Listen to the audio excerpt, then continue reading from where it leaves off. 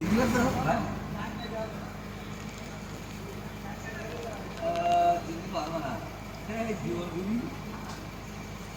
এখন কোথায় আছি আপু? আপু আমরা বাসে করে যাচ্ছি। আপু তুমি জানালার ধারে বসেছো, দেখো তুমি একটা সিটে বসেছো, জানালার ধারে বসেছো। হ্যাঁ, আবার আপুর বাইকে বসবে, তুমি সামনে বসবে, ঠিক আছে? তুমি কি নেবে বলো? তুমি কি খেতে চাও বলো? কি খেতে চাও বলো আপু? চিপস নেবে? চিপস? তাহলে কেক নেবে? কেক? তাহলে কি নেবে? তাহলে কি নেবে?